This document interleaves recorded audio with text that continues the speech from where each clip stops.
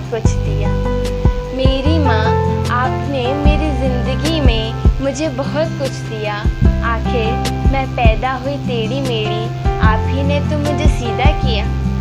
ये कविता सिर्फ कविता नहीं, ये कविता सिर्फ कविता नहीं, मेरी और माँ के जीवन का एक हिस्सा है।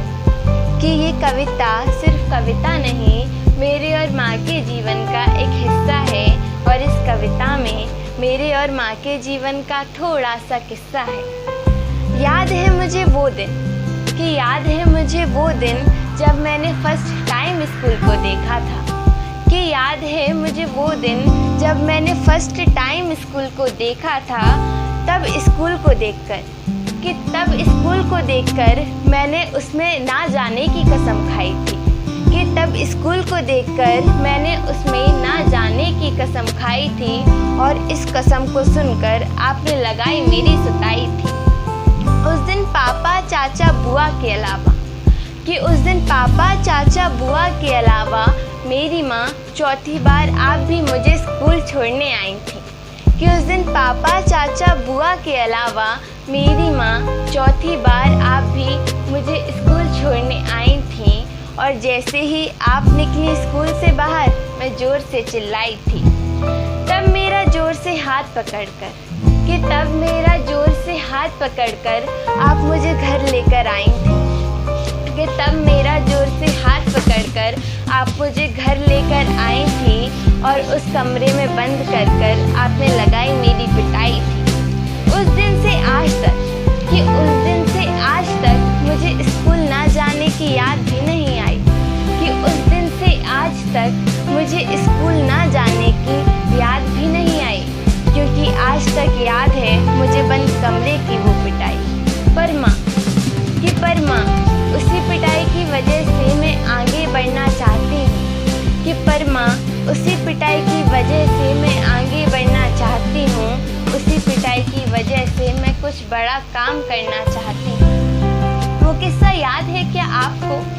कि वो किस्सा याद है क्या आपको जब उन चिट्स के मामले में कुछ बच्चों ने मुझे फंसाया था? कि वो किस्सा याद है क्या आपको जब उन चिट्स के मामले में कुछ बच्चों ने मुझे फंसाया था? तब मैं स्कूल में फर्स्ट टाइम रोई थी और उन बच्चों पे मुझे गुस्सा भी बहुत आया था। हमेशा जिस छुट्टी के जल्दी होने का इंतज़ार किया करते थे। कि हमेशा जिस छुट्टी के जल्दी होने का इंतज़ार किया करते थे, वो छुट्टी आज ना हो। कि वो छुट्टी आज ना हो, मेरे दिल से बस यही आवाज़ आई थी। तभी आंटी ने स्कूल की घंटी बजाई थी। पर घर तो जाना था, कि पर घर तो जाना था और घर जाकर माँ को सारी बात भी बताना था। तो फिर आंसू पोंछकर स्कूल से मैं भी निकल पड़ी। कि तो फिर आंसू पोंछकर स्कूल से मैं भी निकल पड़ी। और रास्ते में मिले पापा, पहली बार मुझे उनसे नज़रें झुकानी पड़ी। पर कहते हैं ना कि माँ को तो सारी बात पता होती है। कि पर कहते हैं ना कि माँ को तो सारी बात पता होती है। तो किचन में बैठी माँ मुझसे बोली कि बेटा, आज तो रोकर आई है। जिन आँखों से मैं स्कूल में रोकर आई थी, कि जिन आँखों से मैं स्कूल में रोकर आई थी, हज़ारों आंसू मैं स्कूल में बहा आई थी। कि जिन आँखों से मैं स्कूल में रोकर आई थी और हज़ारों आंसू मैं स्कूल में बहा आई थी। पर ये शब्द सुनकर मैं खुद को रोक ना पाई। कि पर ये शब्द सुनकर मैं खुद को रोक ना पाई। और जो भी हुआ मेरे साथ, मैंने माँ को सारी बात बताई। तब माँ डांटने की बजाय मुझे, कि पर माँ डांटने की वजह मुझे आपने प्यारी सी थपकी तब लगाई। और दुनिया भर की टेंशन ले रखी थी जो मैंने, वो आपने पल में थी मिटाई। वो बात भी मुझे याद है, कि वो बात भी मुझे याद है जब भगवान के मंदिर में मैं खोई थी। कि वो बात भी मुझे याद है जब भगवान के मंदिर में मैं खोई थी और एक अंकल के सामने खड़ी होकर मैं ज़ोर से रोई थी। पर आपने तो पहले से ही, कि पर आपने तो मुझे पहले से ही अपना फ़ोन नंबर बताया था। कि पर आपने तो पहले से ही अपना फ़ोन नंबर बताया था और घर का एड्रेस क्या है हमारा ये भी आपने पहले से समझाया था। जब मुझे वो अंकल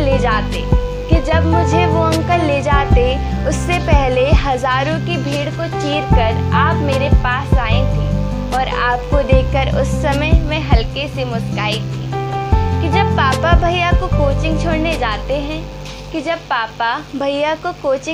जाते हैं तब माँ बेटी मिलकर खूब गपशप लड़ाते हैं कि जब पापा भैया को कोचिंग छोड़ने जाते हैं तब माँ बेटी मिलकर खूब गपशप लड़ाते हैं और जब पापा के पास रुपए नहीं होते तब आप ही के तो रुपए तो हमारे सबके काम आते हैं। पर एक मोड़ ऐसा आया कि आपके ब्रेन में ब्रेन अटैक आया। तब बस भगवान ने ही आपको था बचाया।